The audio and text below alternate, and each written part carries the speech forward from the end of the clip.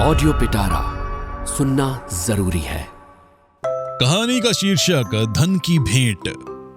वृंदावन कुंडू क्रोधावेश में अपने पिता के पास आकर कहने लगा, मैं इसी समय आपसे विदा होना चाहता हूं। उसके पिता जगन्नाथ कुंडू ने घृणा प्रकट करते हुए कहा, अभागे, कृतघ्न, मैंने जो रुपया तेरे पालन पोषण पर खर्च किया है उसे चुका कर ही ऐसी धमकी देना। जिस प्रकार का खान पान जगन्नाथ के घर चला करता था उस पर कुछ अधिक व्यय न होता था। भारत के प्राचीन ऋषि मितव्ययता के लिए ऐसी ही वस्तुओं का प्रबंध कर लिया करते थे। जगन्नाथ के व्यवहार से ज्ञात होता था वह इस विषय में उन ऋषियों ही के निर्मित आदर्शों पर चलना पसंद करता था। यद्यपि वह पूर्ण रूप से इस आदर्श को निभाने में असमर्थ था। इसका कारण कुछ ये समझा जा सकता है कि जिस समाज में उसका रहन सहन था वह अपने प्राचीन आदर्शों से बहुत पतित हो चुका था, और कुछ ये कि उसकी आत्मा को शरीर के साथ मिलाए रखने के विषय में प्रकृति की उत्तेजना तीव्र और युक्ति युक्त संगत थी। जब तक वृंदावन अविवाहित था उसका निर्वाह जैसे तैसे चलता रहा, किंतु विवाह के पश्चात उसने सीमा से बाहर इस उत्तम और सुंदर आदर्श को, जो उसके महामना पिता ने निर्मित कर रखा था, त्यागना शुरू कर दिया।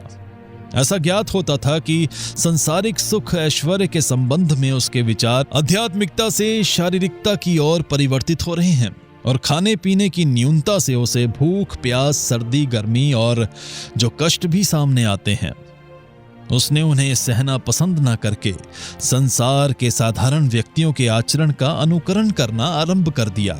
जब से वृंदावन ने अपने पिता के निर्मित उच्च आदर्श को त्यागा तभी से पिता और पुत्र में कलह आरंभ हो गई। इस कलह ने चरम सीमा का रूप उस समय धारण किया जब वृंदावन की पत्नी अधिक रुग्ण हुई और उसकी चिकित्सा के लिए एक वैद्यराज बुलाया गया। यहां तक का व्यवहार भी क्षमा करने की योग्य था, किंतु जब वैद्यराज ने रोगी के लिए एक अधिक मूल्य की औषधि का निर्णय किया तो जगन्नाथ ने समझ लिया कि वैद्यराज अयोग्य हैं और वैद्यक के नियमों से बिल्कुल अपरिचित। बस उसने उसी समय उनको मकान से बाहर निकलवा दिया। वृंदावन ने पहले तो पिता से काफी अनुनय विनय की कि औषधि जारी रहे, फिर झगड़ा भी किया, परंतु पिता के कान पर जूं तक न रेंगी। अंत में जब पत्नी स्वर्ग से धर गई तो वृंदावन का क्रोध अधिक बढ़ गया और उसने अपने पिता को उसका प्राण घातक ठहराया। जगन्नाथ ने स्वभावानुसार उसको समझाने का बहुत प्रयत्न किया और कहा, तुम कैसी नासमझी की बातें कर रहे हो? क्या लोग विभिन्न प्रकार की औषधि खाकर नहीं मरते? यदि मूल्यवान औषधियां ही मनुष्य को जीवित रख सकती तो बड़े बड़े राजा महाराजा क्यों मरते? इससे पहले तुम्हारी मां और दादी मर चुकी हैं। बहू भी मर गई तो क्या हुआ? समय आने पर प्रत्येक व्यक्ति को यहां से कूच करना है। वृंदावन यदि इस प्रकार दुखी और सचेत होकर वास्तविक परिणाम पर पहुंचने में योग्य न होता तो संभव था कि वह इन बातों से कुछ सांत्वना प्राप्त कर लेता। इससे पहले मरने के समय उसकी मां और दादी ने औषधि ना पी थी, और औषधि सेवन न करने की ये रीति बहुत पहले से इस खानदान में चली आई है। नई पौध का चरित्र इतना बिगड़ चुका है कि वे पुराने ढंग पर मरना भी पसंद नहीं करती। जिस युग की चर्चा हम कर रहे हैं उन दिनों अंग्रेज भारत में नए नए आए थे, किंतु उस समय भी इस देश के बड़े बूढ़े अपनी अपनी औलाद के स्वभाव विरुद्ध ढंग पर आश्चर्य और विकलता प्रकट किया करते, और अंत में जब उनकी एक न चलती तो अपने मुंह से लगे हुए हुक्कों से सांत्वना प्राप्त करने का प्रयत्न करते। वास्तविकता यह है कि जिस समय मामला चरम सीमा को पहुंच गया तो वृंदावन से ना रहा गया और उसने आवेश तथा विकलता के साथ अपने पिता से कहा, मैं जाता हूं। पिता ने उसे दृढ़ देखकर उसी समय आज्ञा दे दी और घोषणा करते हुए कह दिया, चाहे देवता मेरे ढंग को गो हत्या के समान क्यों ना समझे, मैं शपथ खाकर कहता हूं कि तुम्हें अपनी धन संपत्ति से एक कौड़ी भी नहीं दूंगा।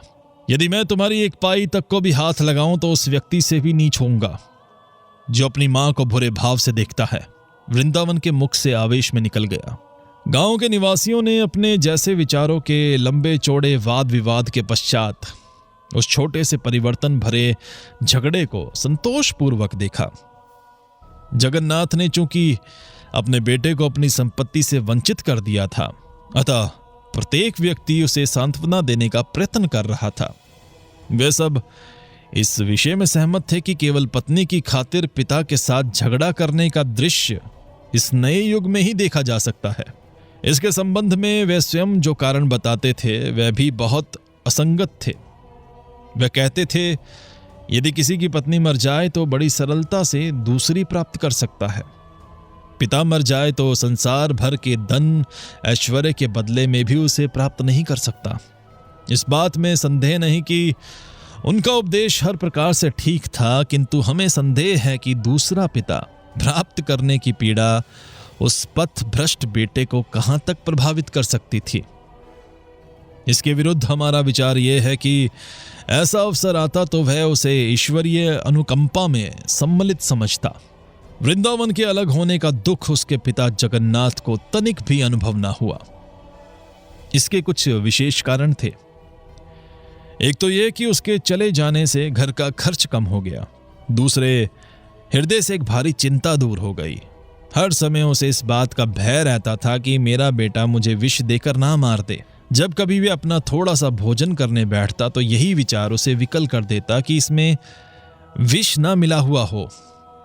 यही चिंता किसी सीमा तक वृंदावन की पत्नी का स्वर्गवास हो जाने पर दूर हो गई थी, किंतु अब वे बिल्कुल ही ना रही।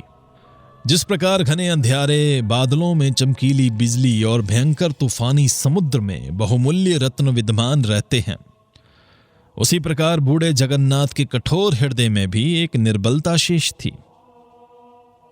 वृंदावन जाते समय अपने साथ अपने 4 वर्षीय पुत्र गोकुल चंद को भी ले गया था। चूंकि उसकी खुराक और वस्त्रों का खर्च बहुत न्यून था, इसलिए जगन्नाथ को उससे बहुत प्रेम था।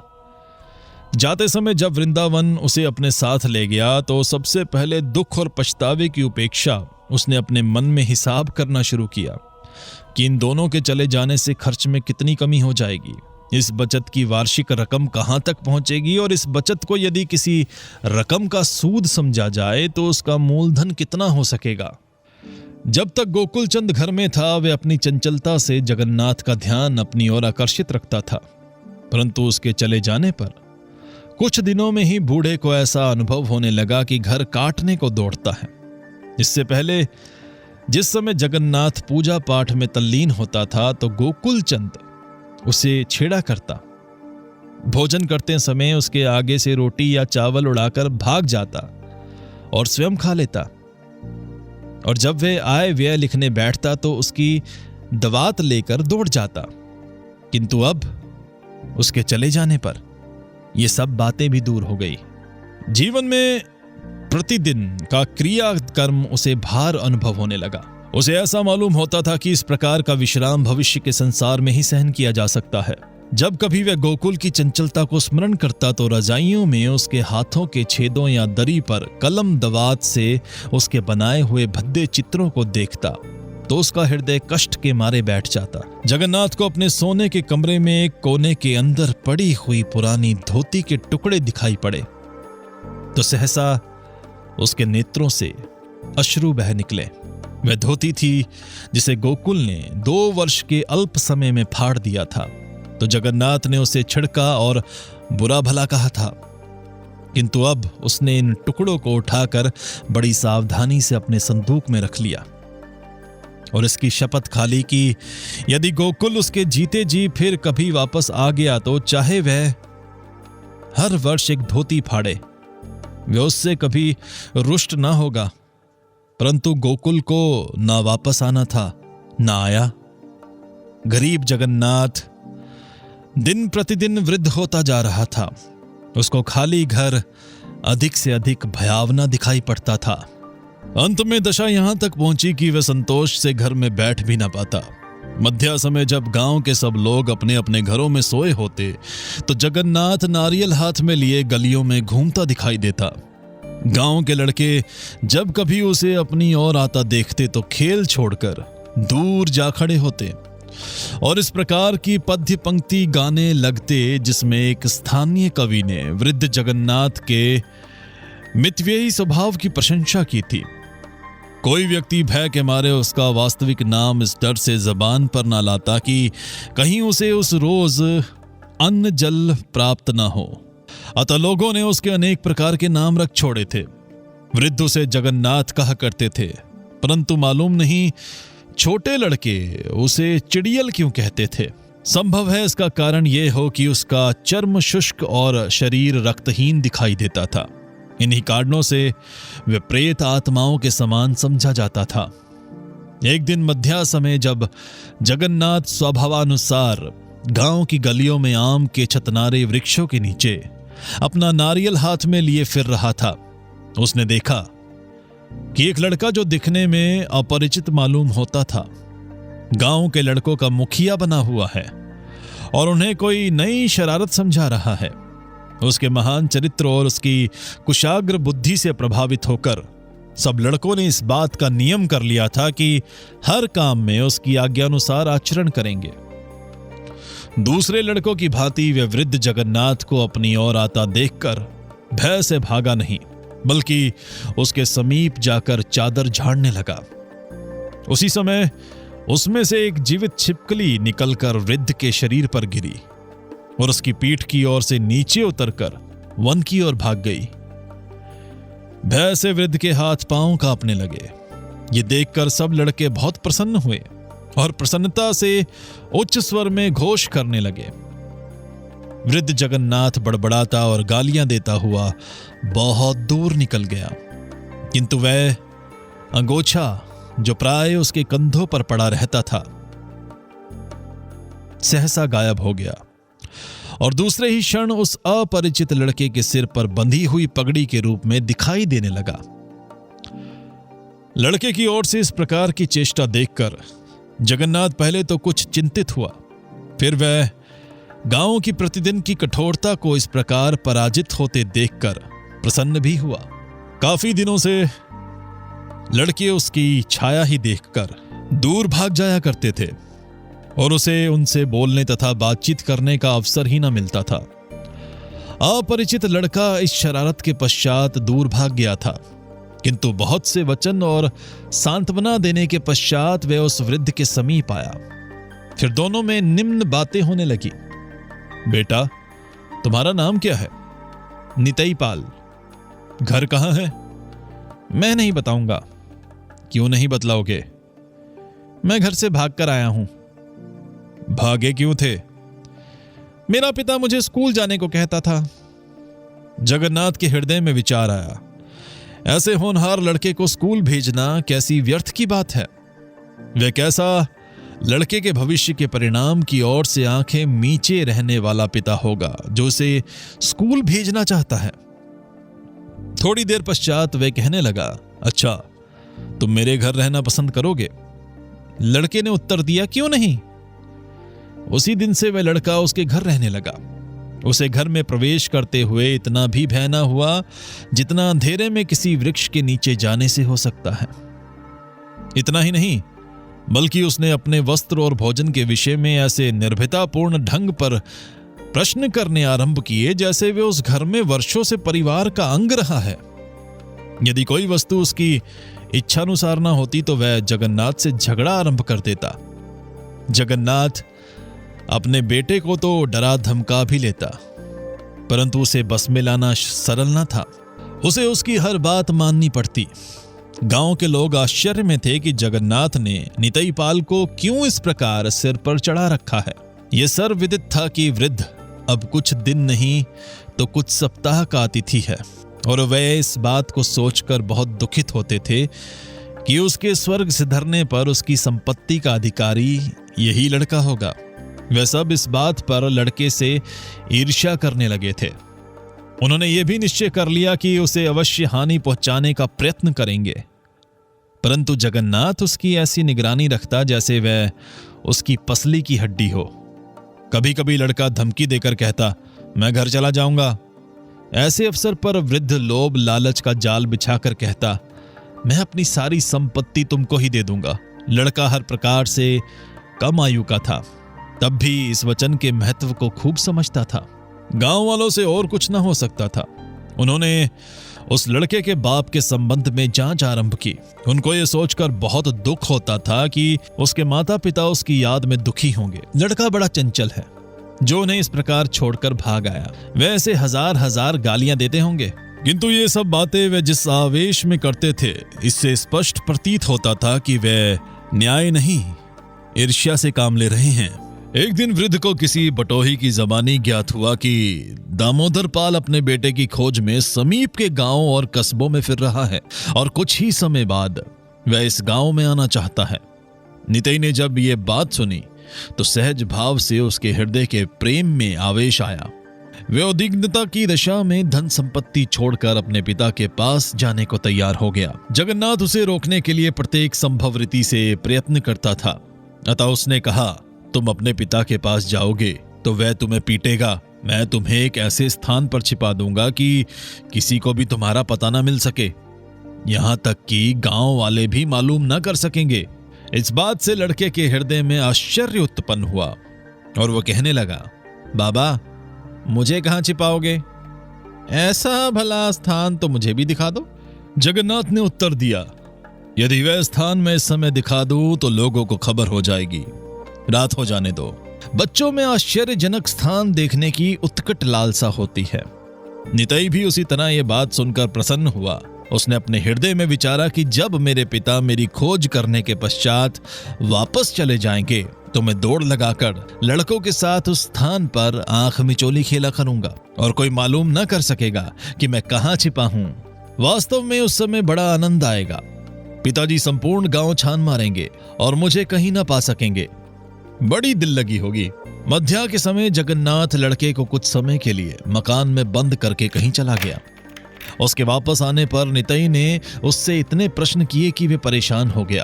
अंत में जब रात हुई तो नितई कहने लगा, बाबा अब तो वे स्थान मुझे दिखा दो। जगन्नाथ ने उत्तर दिया, अभी रात नहीं हुई। इसके कुछ समय पश्चात लड़के ने फिर कहा, बाबा अब रात बहुत हो गई है, अब तो चलो। जगन्नाथ ने धीरे से कहा, अभी गांव के लोग सोए नहीं हैं। नितई फिर एक क्षण के लिए रुका और बोला, बाबा इस समय तो सब लोग सो गए हैं, आओ अब चलें। रात बहुत जा चुकी थी। गरीब लड़का इतनी देर तक कभी ना जागा था, इसलिए उसको जागे रहने में बड़ी कठिनाई पड़ रही थी। अंत में आधी रात के समय जगन्नाथ लड़के की बांह पकड़कर स्वप्निल गांव की अंधेरी गलियों से रास्ता टटोलता बाहर निकला। सब दिशाएं सूनी थी, चारों ओर सूनापन था। कभी कभी कोई कुत्ता भौंकने लगता तो और कुत्ते भी उसके साथ मिलकर भौंकना आरंभ कर देते। इसके अतिरिक्त कहीं कहीं उसके पैरों की आहट से कोई पक्षी वृक्ष की टहनी से पंख फड़फड़ाता हुआ उड़ जाता। नितई भय से कांप रहा था, किंतु जगन्नाथ ने उसका हाथ दृढ़ता से पकड़ा हुआ था।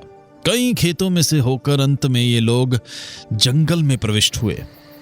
यहां एक जीर्ण मंदिर खड़ा हुआ था जिसमें किसी भी देवता की मूर्ति दिखाई न पड़ती थी।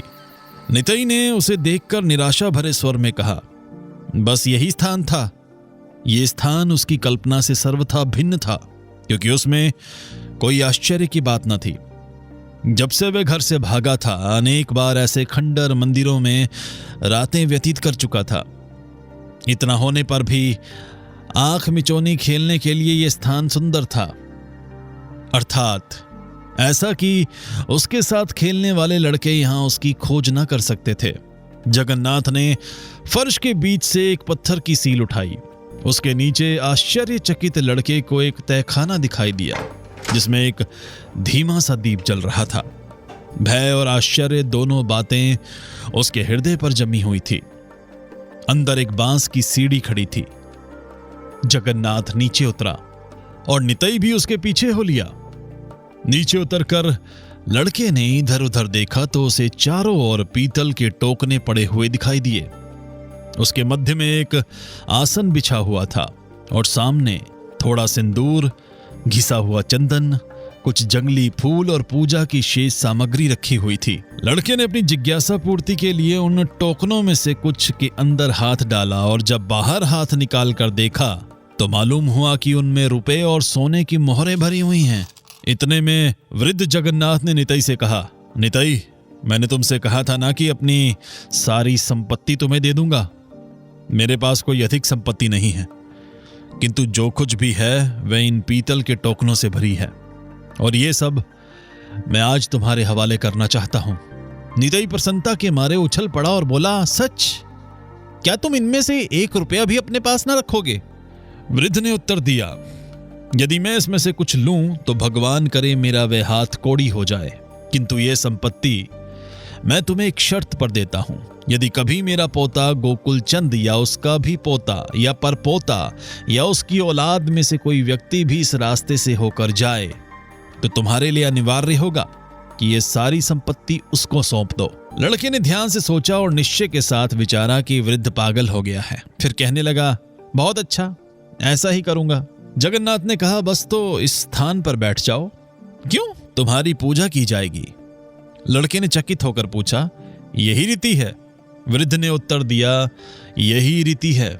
लड़का उछलकर तुरंत आसन पर बैठ गया। वृद्ध जगन्नाथ ने उसके माथे पर चंदन लगाया, भ्रुकुटियों के मध्य सिंदूर की बिंदी लगा दी, जंगली पुष्पों का हार उनके गले में डाला और कुछ मंत्र उच्चारण करने लगा। बेचारा नितई देवता की भांति आसन पर बैठा बैठा उकता गया, क्योंकि उसकी पलकें नींद से भारी हो रही थी। अंत में उसने घबराकर कहा, बाबा, परंतु जगन्नाथ उत्तर दिए बिना ही मंत्र पढ़ता रहा। अंत में मंत्रों का सिलसिला समाप्त हुआ और जगन्नाथ ने बड़ी कठिनाई से एक टोकने को खींचकर लड़के के सम्मुख रखा और ये शब्द विवशता से उसके मुख से कहलवाए, मैं सच्चे हृदय से प्रतिज्ञा करता हूं कि सारी धन संपत्ति को गोकुल चंद कुंडू या वृंदावन कुंडू वल्द जगन्नाथ कुंडू या गोकुल चंद कुंडू के बेटे पोते परपोते या उसकी औलाद के किसी व्यक्ति को जो इसका वास्तविक और योग्य उत्तराधिकारी होगा दे दूंगा। अनेक शब्दों के कहने में भोले लड़के की चेतना जाती रही और कंठ सूखने लगा। जैसे तैसे ये रस्म समाप्त हुई। गुफा की वायु दीपक के धुएं और दोनों के सांस के कारण बुरी मालूम होने लगी। नितई को अपना कंठ मिट्टी की भांति सूखा और हाथ पांव जलते हुए अनुभव हो रहे थे। बेचारे का दम घुटा जा रहा था। दीपक धीरे धीरे मध्यम होता गया, यहां तक कि अंतिम झोंका खाकर बुझ गया, जिसके पश्चात अंधेरा। नितई को ऐसा लगा कि वृद्ध जल्दी जल्दी सीढ़ी से ऊपर चढ़ रहा है। उसने घबराकर पूछा, बाबा, तुम कहां जा रहे हो? जगन्नाथ ने निरंतर ऊपर की ओर चढ़ते हुए उत्तर दिया, मैं अब जाता हूं, तुम यहां रहो, यहां तुम्हें कोई ढूंढ ना सकेगा। वृंदावन के बेटे और जगन्नाथ के पोते गोकुल चंद का नाम याद रखना। इसके पश्चात उसने ऊपर जाकर सीढ़ी खींच ली। लड़के ने अवरुद्ध और दयनीय स्वर में कहा, मैं अब अपने पिता के पास जाना चाहता हूं, यहां मुझे भय लगता है। जगन्नाथ ने उसकी परवाह न करते हुए गुफा के मुंह पर पत्थर की शिला रख दी। इसके पश्चात दोनों जंघाओं को मोड़कर झुका और अपने कान पत्थर के समीप लगाकर सुनने लगा। अंदर से आवाज आई, बाबा जी, बाबा जी। फिर किसी भारी वस्तु के फर्श पर गिरने की आवाज सुनाई दी और इसके बाद निस्तब्धता छा गई। इस प्रकार अपनी संपत्ति उसको सौंपकर वृद्ध जगन्नाथ ने जल्दी जल्दी पत्थर के ऊपर मिट्टी डालनी आरंभ कर दी। उस पर उसने टूटी फूटी ईंटें और चूना रख दिया और फिर मिट्टी बिछाकर उसमें जंगली घास और बूटियों की जड़ें गाड़ दी। रात संभवतः समाप्त हो चुकी थी, परंतु वह उस स्थान से हटकर घर न जा सका। रह रहकर अपना कान पृथ्वी पर लगाता और आवाज सुनने का प्रयत्न करता। ऐसा मालूम होता था कि अब भी उस गुफा के अंदर या पृथ्वी की अथाह गहराइयों में से एक वेदना युक्त क्रंदन सुनाई दे रहा है। उसे ऐसा भान होता था कि रात में आकाश पर केवल वही एक आवाज छाई हुई है और संसार के सब व्यक्ति उस आवाज से जागकर बिस्तरों में बैठे उसे सुनने का प्रयत्न कर रहे हैं। पागल वृद्ध आवेश में आकर और अधिक मिट्टी डाले जाता था। वह चाहता था कि उस आवाज को दबा दे, किंतु इस पर भी रह रहकर वह आवाज उसके कानों में आ रही थी। बाबा जी, हाय बाबा जी। उसने पूरी शक्ति से धरती पर पांव मारकर चिल्लाते हुए कहा, चुप रहो, लोग तुम्हारी आवाज सुन लेंगे। फिर भी उसे मालूम हुआ कि हाय बाबा जी, हाय बापू की आवाजें रह रहकर सुनाई दे रही हैं। इतने में सूर्योदय हुआ। और जगन्नाथ कुंडू मंदिर को छोड़कर खेतों की ओर आ गया। वहां भी किसी ने उसके पीछे से आवाज दी, बापू। घबराहट की दशा में जगन्नाथ ने पीछे फिरकर देखा तो उसका पुत्र वृंदावन था। वृंदावन कहने लगा, मुझे पता चला है कि मेरा बेटा आपके घर में छिपा हुआ है, उसे मुझे दे दो। यह सुनकर वृद्ध के नेत्र विस्तृत हो गए, मुंह चौड़ा हो गया और उसने मुड़कर पूछा, क्या कहा? तुम्हारा बेटा? वृंदावन ने कहा, हां, मेरा बेटा गोकुल। अब उसका नाम नितई पाल है और मैंने अपना नाम दामोदर पाल प्रसिद्ध कर रखा है। तुम्हारी मनहूसी और कंजूसी की बात चारों ओर इतनी अधिक फैल चुकी थी कि विवश होकर मुझे अपना वास्तविक नाम बदलना पड़ा, वरना संभव था कि लोग हमारा नाम लेने से भी सुकुचाते। वृद्ध ने धीरे से दोनों हाथ सिर के ऊपर उठाए। उसकी उंगलियां इस प्रकार कांपने लगी मानो वे वायु में किसी अदृश्य वस्तु के पकड़ने का प्रयत्न कर रही हो। फिर वे अचेत होकर पृथ्वी पर गिर पड़ा। जब उसे चेत हुआ तो वह अपने बेटे की बाह पकड़कर उसे घसीटता हुआ पुराने मंदिर के समीप ले गया और पूछने लगा, तुम्हें इसके अंदर से रोने की आवाज सुनाई देती है? वृंदावन ने उत्तर दिया, नहीं। वृद्ध ने कहा, ध्यान से सुनो, कोई आवाज अंदर से बाबाजी कहती सुनाई नहीं देती? वृंदावन ने फिर कान लगाकर उत्तर दिया, नहीं। इससे वृद्ध जगन्नाथ की चिंता किसी सीमा तक दूर हो गई। साथ ही उसके मस्तिष्क ने भी उसे जवाब दे दिया। उस दिन के पश्चात उसकी दशा यह थी कि गांव में आवारा फिरता और लोगों से पूछा करता, तुम्हें किसी के रोने की आवाज तो नहीं सुनाई देती? लोग उसके पागलपन पर ठहाका लगाते। इसके लगभग 4 वर्ष पश्चात जगन्नाथ मृत्युशैया पर पड़ा था। संसार का प्रकाश धीरे धीरे उसके नेत्रों के सामने से दूर होता जा रहा था और सांस अधिक कष्ट से आने लगी थी। सहसा वे विक्षिप्त अवस्था में उठकर बैठ गया। उसने अपने दोनों हाथ ऊपर को उठा लिए और वायु में इस प्रकार चलाने लगा जैसे किसी वस्तु को टटोल रहा हो और कहने लगा, मेरी सीढ़ी किसने उठा ली? उस भयानक बंदी गृह में से, जहां ना देखने को प्रकाश और ना सांस लेने के लिए वायु थी, बाहर निकलने के लिए सीढ़ी ना पाकर मैं फिर अपनी मृत्युशैया पर गिर पड़ा और जहां संसार की स्थायी आंख मिचौनी के खेल में कोई छिपने वाला पाया नहीं गया। ऑडियो पिटारा सुनना जरूरी है।